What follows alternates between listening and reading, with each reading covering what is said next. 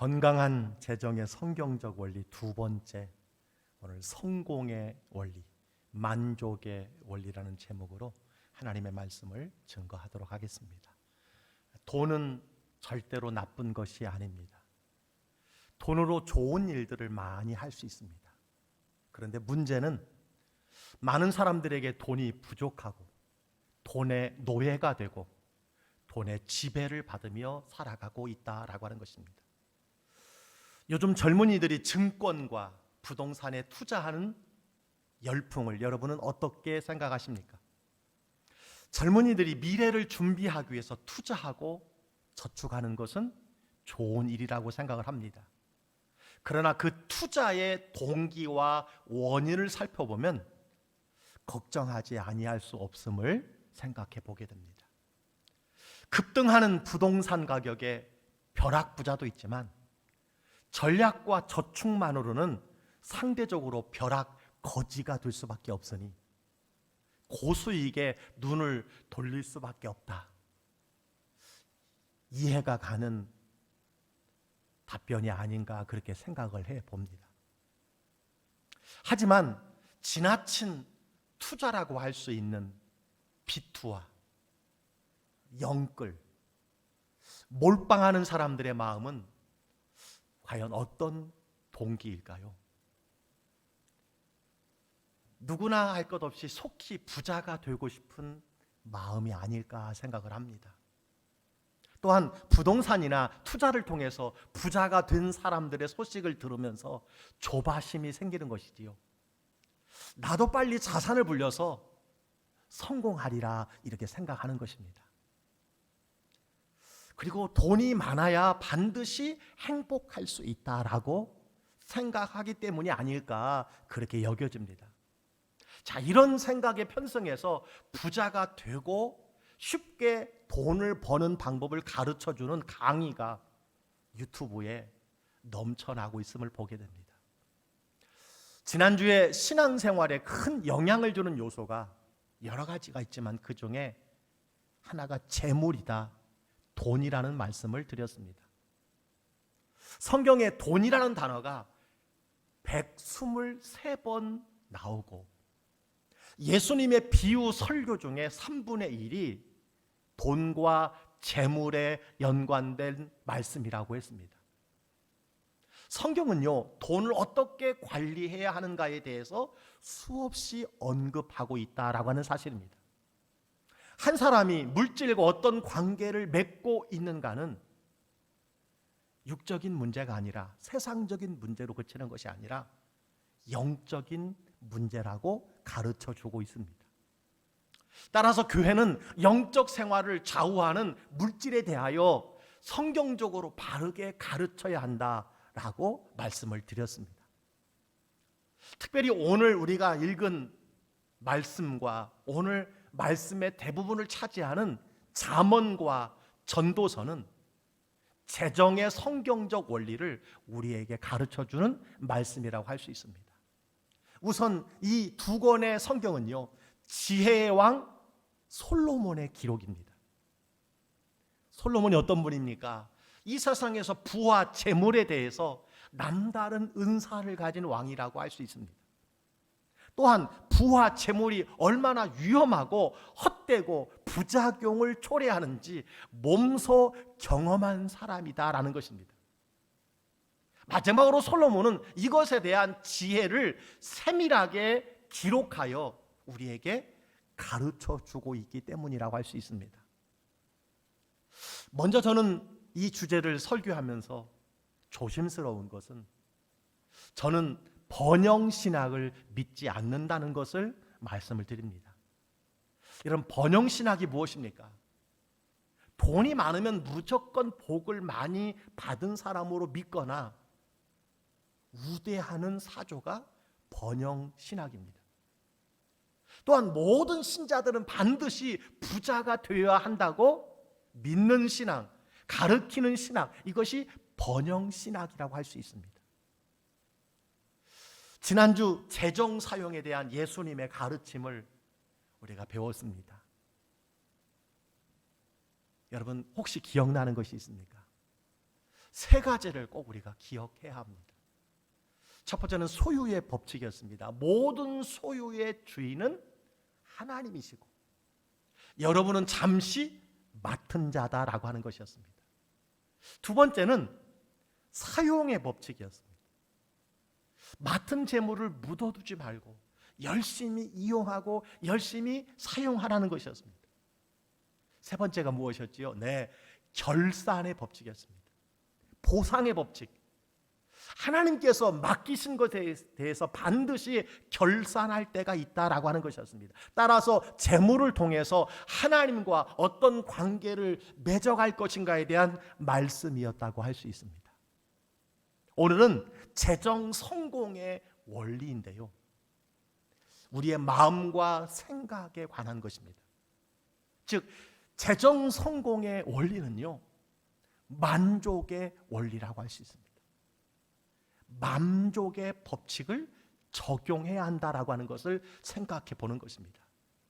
왜냐하면 여러분이 원하는 것이 많으면 우리가 빛의 수렁에 빠지게 되기 때문입니다. 심지어는 재정 문제로 스트레스를 받아서 불안과 근심의 나라를 보내는 사람들이 참으로 많이 있기 때문에 그렇습니다.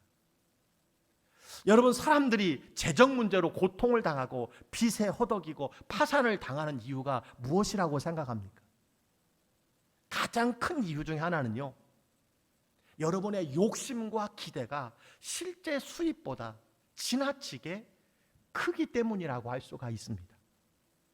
그래서 지혜왕 솔로몬은 천문학적인 돈을 소유하면서도 욕심이, 시기 때문에 비참한 삶을 살았다고 여러분 기록하고 있는 것을 보게 됩니다. 잠언 14장 30절 말씀입니다. 평온한 마음은 육신의 생명이나 시기는 뼈를 썩게 하느니라. 자, 솔로몬은요, 평온한 마음과 시기를 대조하고 있음을 보게 됩니다. 평온한 마음은 삶에 활력을 주고 건강의 비결이라면, 시기는 삶의 치명적인 요소로서 질병의 원인이다, 이렇게 강조하고 있습니다. 자, 여러분, 시기가 무엇입니까? 욕심입니다. 만족하지 못하는 마음이라고 할 수 있습니다. 그런데 사람들은 이 시기와 욕심, 즉 만족하지 못하는 마음에 사로잡혀 살아가고 있다라고 하는 것이. 그래서 그 어떤 것에도 만족하지 못한다라는 것입니다. 성경 전도서 5장 10절에 이런 말씀이 있습니다. 은을 사랑하는 자는 은으로 만족하지 못하고 풍요를 사랑하는 자는 소득으로 만족하지 아니하나니 이것도 헛되도다. 전도서 6장 3절에도 이렇게 말씀합니다. 사람이 비록 100명의 자녀를 낳고 또 장수하여 사는 날이 많을지라도 그의 영혼은 그러한 행복으로 만족하지 못하고. 무슨 말씀입니까? 사람은 물질과 소득과 자녀들이 많고 아무리 오래 살아도 그것 때문에 만족하지 못한다는 것입니다. 만족하는 것이 최고의 행복인데, 만족하는 것이 건강한 사람인데, 사람들은 만족할 수 없다라고 하는 것입니다. 따라서 오늘 말씀은요, 어떻게 돈을 벌 수 있는가에 대한 말씀이 아니라 건강한 재정의 성경적인 원리는 만족에 있다라고 하는 것을 우리에게 가르쳐주는 말씀이라고 할 수 있습니다. 만족할 수 있다면 우리가 성경의 재정의 원리를 따라 사는 것이고, 모든 불행의 원인이라고 할 수 있는 시기와 욕심에서 우리가 벗어날 수 있게 된다라고 하는 것입니다. 성경은요, 시기와 욕심에 사로잡혀서 만족하지 못하는 폐해를 우리에게 몇 가지 강조하고 있음을 보게 됩니다. 그 첫 번째는요, 심한 피로감이라고 할 수가 있습니다. 지나친 시기와 욕심에 빠지면 어떻게 됩니까? 더 악착같이 일하게 되고, 피로감은 누적이 되고 만성 피로를 느끼게 된다라고 하는 것입니다. 그래서 전도서 5장 11절에 이런 말씀이 있습니다. 재산이 많아지면 먹는 자들도 많아지려니 그 소유주들은 눈으로 보는 것 외에 무엇이 유익하랴. 두 번째는 걱정과 근심이 깊어진다라고 말씀하고 있습니다. 만족하지 못하고 더 부자가 되려는 욕심은 걱정과 근심에 잠을 이루지 못하게 한다는 것이지요. 그래서 전도서 5장 12절에도 이런 말씀을 하고 있습니다. 노동자는 먹는 것이 많든지 적든지 잠을 달게 자거니와 부자는 그 부유함 때문에 자지 못한다라고 말합니다. 세 번째 폐해가 있습니다. 과소비와 잦은 다툼이라고 할 수 있습니다. 만족하지 못하는 사람들은 과소비에 빠지고 쇼핑 중독에 빠지면서 다투게 되는 일이 참으로 많아진다는 것입니다. 여러분, 남편이나 아내든지 인터넷 쇼핑이나 TV, 홈쇼핑 이것 때문에 싸우신 적이 없으십니까? 구매하는 이유가 참으로 다양하기 때문이죠. 필요해서 구매하고, 신상이라서 구매하고, 세일 때문에 구매하고, 1+1 때문에 구매하는 경우가 있지 않습니까? 그래서 디모데전서 6장 9절은 이렇게 말합니다. 부하려 하는 자들은 시험과 올무와 여러 가지 어리석고 해로운 욕심에 떨어지나니라고 말씀해 주고 있습니다. 이것이 시기와 욕심과 만족하지 못하는 것이 우리에게 주는 폐라고 할 수 있습니다. 또 한 가지가 있습니다. 속히 부자가 되려는 미혹에 빠지게 된다라고 하는 사실이죠. 자, 이런 마음을 미혹하는 사업들이 우리 주변에 참 많이 있습니다. 로또가 그것이고, 경마, 비투, 도박, 이런 사업들이 바로 우리의 마음을 미혹하는 것이라고 할 수 있습니다. 그래서 투자의 규제 워런 버핏은요, 급하게 부자가 되려는 마음을 다스려야 된다 그렇게 말씀해 주고 있고요. 잠언 21장 5절에는 이렇게 말씀해 주고 있습니다. 부지런한 자의 경영은 풍부함에 이를 것이나 조급한 자는 궁핍함에 이를 따름이니라 말씀해 주고 있음을 보게 됩니다. 성경은요, 건강한 재정의 성공은 만족에 달렸다라고 말씀해 주고 있습니다. 사도 바울이 기록한 성경 중에 감옥에서 기록한 책이 에베소서, 빌립보서, 골로새서, 빌레몬서입니다. 사도 바울은 옥중 서신의 공통점에서 매를 맞고 옥에 갇힌 어려움 중에서도 기쁨과 용서와 사랑의 편지를 계속 기록했던 것을 보게 됩니다. 그 중에 하나가 빌립보서 4장 12절 말씀입니다. 나는 비천에 처할 줄도 알고 풍부에 처할 줄도 알아 모든 일 곧 배부름과 배고픔과 풍부와 궁핍에도 처할 줄 아는 일체의 비결을 배웠노라. 사도 바울이 감옥에서조차도 기뻐할 수 있었던 비결이 무엇입니까? 주 안에서 만족하는 비결을 배웠기 때문이다. 이렇게 말씀하고 있음을 보게 됩니다. 만족이 기뻐할 수 있는 비결입니다. 행복의 비결이라는 거예요. 자, 그렇다면 어떻게 만족을 배울 수 있을까요? 이런 만족은 저절로 생겨지지 않습니다. 불만은 배우지 않아도 누구나가 터득하는 것이지만 만족은 반드시 배워야 됩니다.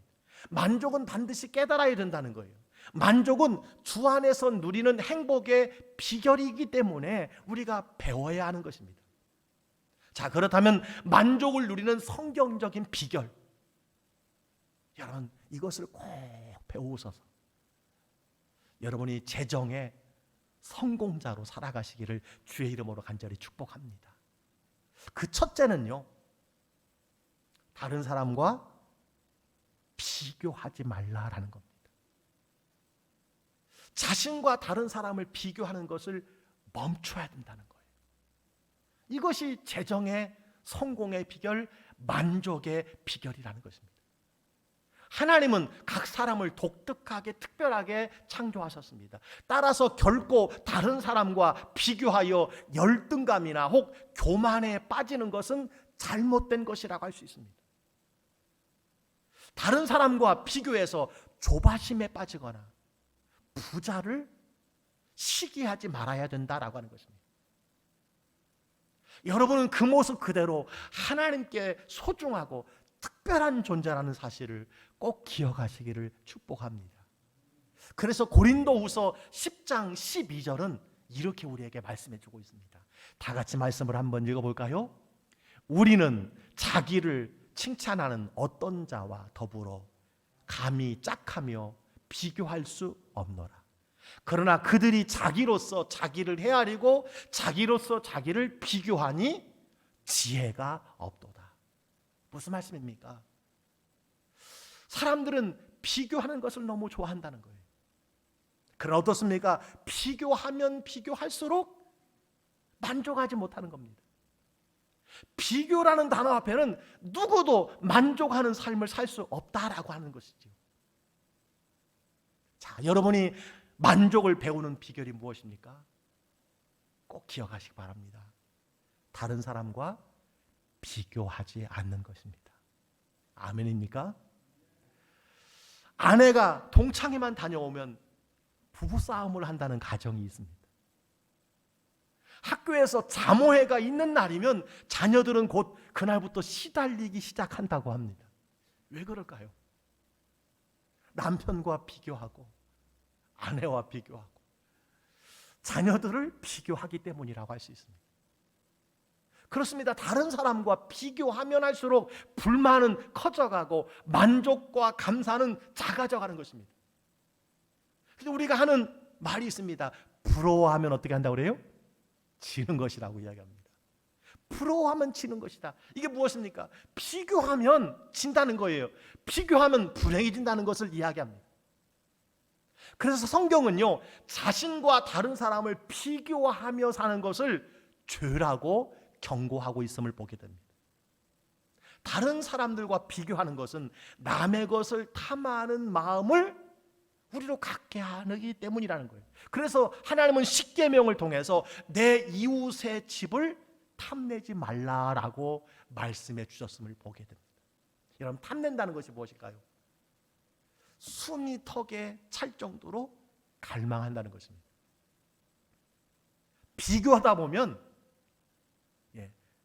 숨이 찰 정도로 갈망하게 되고 그 갈망이 탐심으로 바뀌는 순간 그것이 죄가 된다고 하는 사실입니다. 그렇습니다. 비교하는 마음에서 시작되는 탐심은요, 만족을 가로막는 가장 큰 장애물이 된다는 것입니다. 왜 불행합니까? 왜 우리는 날마다 원망하고 불평하며 살아갑니까? 그 이유를 가만히 생각해 보시기 바랍니다. 비교하는 것, 이것이 사탄의 가장 강력한 무기라는 사실을 여러분 기억해야 합니다. 두 번째는요, 내가 가진 것을 즐거워하는 것입니다. 누가 만족한 삶을 살아갈 수 있습니까? 내게 주신 것을 내가 즐거워하며 누리는 것입니다. 이것이 바로 진정한 성공이라고 할 수 있습니다. 여러분, 만족할 줄 아는 거예요. 성공은 남들과 비교해서 더 많은 수익을 내거나 더 많은 물질을 모으는 것이 아니라는 거예요. 다른 사람과 비교하지 않는 것이고, 더 중요한 것은 내게 주어진 것, 이미 나에게 주신 것을 즐거워하고 누리는 것이라고 말할 수 있습니다. 하나님은 이미 여러분에게 많은 것을 주셨습니다. 아멘입니까? 여러분, 그것을 여러분이 받았습니다. 그것을 감사하고 누리고 즐거워하는 것이 필요하다는 거예요. 자, 어리석은 사람이 누구일까요? 자신이 이미 소유한 것이 무엇인지 모르고 그것을 누리지도 못하고 자신에게 없는 것을 다른 사람과 비교해서 불평하는 사람이 어리석은 사람이라고 말할 수 있습니다. 그래서 솔로몬은요, 하나님이 주신 것을 즐거워하는 것이 만족의 비결이라 이렇게 가르쳐 주었음을 보게 됩니다. 여러분, 전도서 5장 19절에 이렇게 말씀하고 있어요. 다 같이 말씀을 함께 봉독합니다. 어떤 사람에게든지 하나님이 재물과 부요를 그에게 주사 능히 누리게 하시며 제 몫을 받아 수고함으로 즐거워하게 하신 것은 하나님의 선물이라. 맞습니다. 여러분은 하나님께서 주신 것들을 즐기기 위해서 필요한 것이 무엇입니까? 내가 탐내는 것이 아니라 내게 필요한 것을 분별할 수 있어야 된다라고 하는 것입니다. 바울은 오늘 본문에서 여러분에게 이렇게 말씀합니다. 정함이 없는 재물에 소망을 두지 말고 오직 우리에게 모든 것을 후히 주사 누리게 하시는 하나님께 소망을 두라, 이렇게 말씀해 주셨습니다. 그래서 내게 주어진 것을 누릴 뿐만 아니라 선을 행하고 선한 사업을 많이 하고 나눠주기를 좋아하는 너그러운 사람이 되라, 이렇게 말씀해 주고 있습니다. 이것이 진정한 성공의 비결이라고 말씀해 주고 있습니다. 여러분, 하나님께서 주신 것이 무엇이든지 감사하며 그것을 즐겁게 누리며 살아가시기를 주의 이름으로 축복합니다. 그것이 재정의 성공자의 삶이라고 여러분 말할 수가 있습니다. 자, 비교하지 않는 거예요. 주신 것을 우리가 알고 즐거워하는 것입니다. 저에게는 어떤 값비싼 보석보다 매일 즐거움을 만끽하게 하는 한 가지가 있습니다. 4년 전에 우리 한 분 집사님께서 저에게 보내주신 애견입니다. 저희 집에서 키우는 강아지는 푸들인데요, 품종이 섞인 반려견이라서 제가 푸똥이다 그렇게 이야기합니다. 푸들과 똥개가 섞였다 그렇게. 저는 이 반려견을 수백만 원 호가하는 이웃집 명품과 절대 비교하지 않습니다. 특별히 일과 후에 집에 돌아갈 때면 저를 가장 반갑게 5분 이상 맞이해주는 이 반려견, 저는 얼마나 기쁘고 감사하고 즐거운지 모릅니다. 저에게 가장 소중하고 저에게 만족을 주는 것이 바로 이 강아지입니다. 저희 가족이 소유한 것 중에 가장 많이 누리고 즐거워하는 대상이 다른 것이 아니라 이 강아지예요. 저는 가만히 한번 생각을 해봅니다. 여러분, 재정 성공의 만족, 그 비결은 무엇일까? 이미 주어진 것, 내게 있는 것, 작은 것이지만 그것을 누리고 감사하며 즐기는 것이라고 할 수가 있습니다. 여러분, 주신 것을 즐거워하면서 만족하시는 여러분 되시기를 주의 이름으로 축복합니다. 세 번째는요, 행복은 소유에 있지 않다는 것을 깨닫는 거예요. 소유가 곧 그 사람이 아니라는 사실을 우리가 꼭 기억해야 합니다. 소유가 우리의 영혼을 결정할 수 없다는 것을 우리가 꼭 기억해야 합니다. 여러분, 소유가 우리와 영원히 함께 가지 못합니다. 따라 그것이 곧 나가 아니라는 사실을 기억해야 돼요. 누가복음 12장 15절은 이렇게 말씀해 주고 있습니다. 삼가 모든 탐심을 물리치라. 사람의 생명이 그 소유에 넉넉한 데 있지 아니하니라. 무슨 말씀입니까? 성공한 인생이라는 행복은요, 결코 소유의 넉넉함에 달려있지 않다라고 하는 것입니다. 그래서 성경은 돈을 사랑하지 말고 있는 바를 족한 줄로 알라라고 말씀해 주셨습니다. 사람은 누구나 물질만으로는 결코 행복할 수 없다는 것을 우리가 깨닫는 것이 참 중요합니다.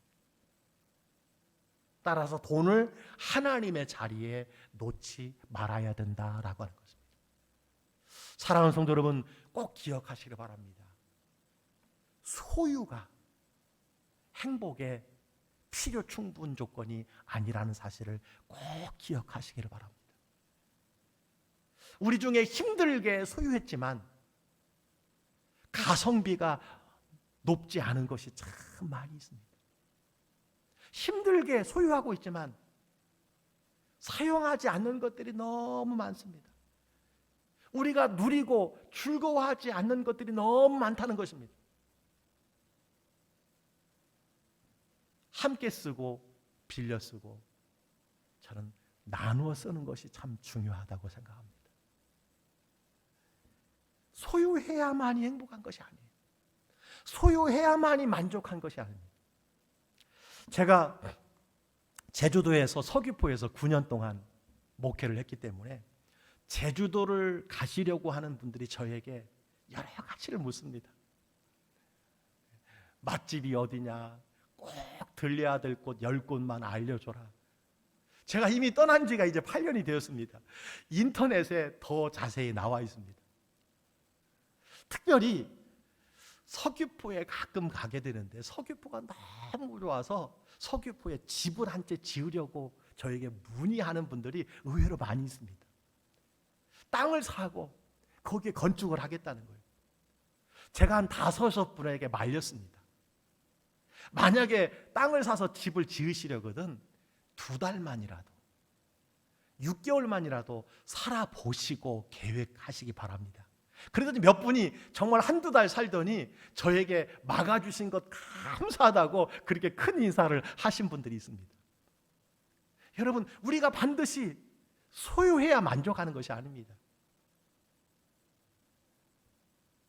여러분, 서귀포 제주도에 갈 일이 있으면 좋은 펜션이 참 많이 있고 좋은 호텔이 참 많이 있어요. 반드시 내 거와 해서야지 만족하는 것이 아니고 행복한 것이 아니라는 사실입니다. 여러분, 마찬가지입니다. 소유해야 행복하다. 여러분, 이것을 우리가 제대로 깨달을 때 만족할 수 있고 행복할 수 있다라고 하는 것입니다. 자, 말씀을 정리합니다. 재정의 성경적인 성공은요, 다른 조건이 아닙니다. 한 가지 조건입니다. 뭡니까? 만족입니다. 그 만족의 비결은 무엇이라고 그랬습니까? 첫 번째, 비교하지 않는 것입니다. 다른 사람과 비교하지 않는 거예요. 다른 사람이 가진 것과 비교하지 않는 것입니다. 두 번째는요, 이미 가진 것을 감사하고 즐거워하고 누리는 거예요. 이것이 만족의 비결입니다. 세 번째는요, 내가 가진 소유의 행복과 불행이 달린 것이 아니라는 것을 깨닫는 거예요.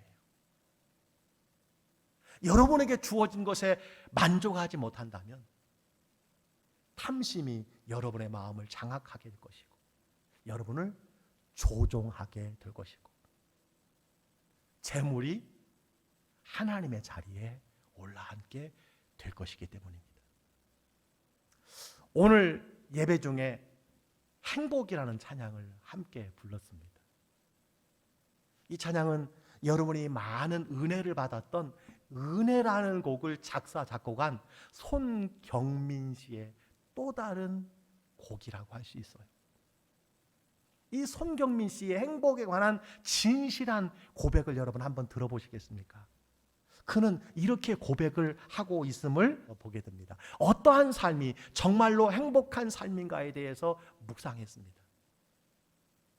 돈이 많아서 행복하다면 많은 부를 소유한 분들이 행복해야 하는데 들리는 소식은 꼭 그렇지가 않습니다. 내가 갖고 싶은 것을 다 가지게 되면 행복할까 생각해 보지만 정작 갖고 싶은 것을 가지면 또 다른 것을 찾게 되는 제 자신을 봅니다. 행복은 소유에 있지 않음이 확실합니다. 참 행복은 하나님 안에서만 찾을 수 있다는 것을 알았습니다. 성경에서 행복에 대해서 찾아보았습니다. 행복은 하나님 안에 있으며 십자가로 구원받아 하나님의 자녀가 된 것, 이것이 참 행복이라고 말씀하셨습니다. 혹시 행복을 다른 곳에서 찾거나 행복의 조건이 없다고 힘들어하는 분들에게 너는 이미 행복한 사람이라고 말씀하시는 하나님을 찬양하고 싶습니다. 네, 이것이 이 곡을 작사 작곡한 송경민 씨의 여러분 고백입니다. 오늘 우리가 이 찬양을 여러분 함께 올렸지만 가사가 얼마나 참 은혜가 되는지 몰라요.